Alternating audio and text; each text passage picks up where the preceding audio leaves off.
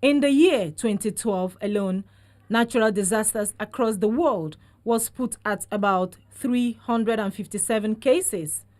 From these disasters, more than 9,655 people were reported killed, 122.9 million victims, while the cost of property and other things destroyed was estimated at approximately 157.3 billion US dollars.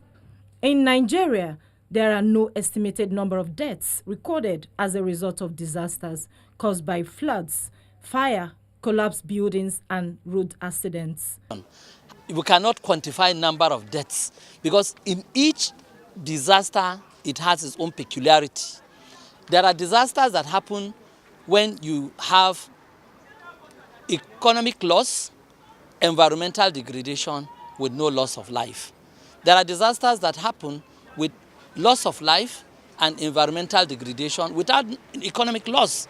Looking at various disasters in the country, we've cooperated in terms of response to the flood. We've cooperated in terms of having a contingency plan, a national contingency plan that take into account all the threats that the country could be facing in terms of disaster.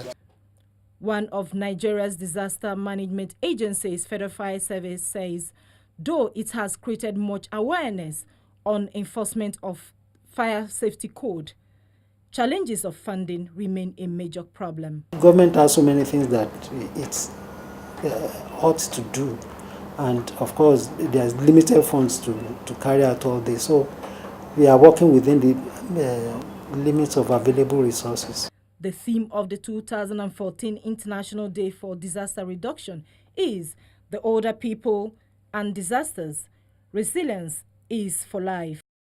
Ndidi Okafor, AIT News, Abuja.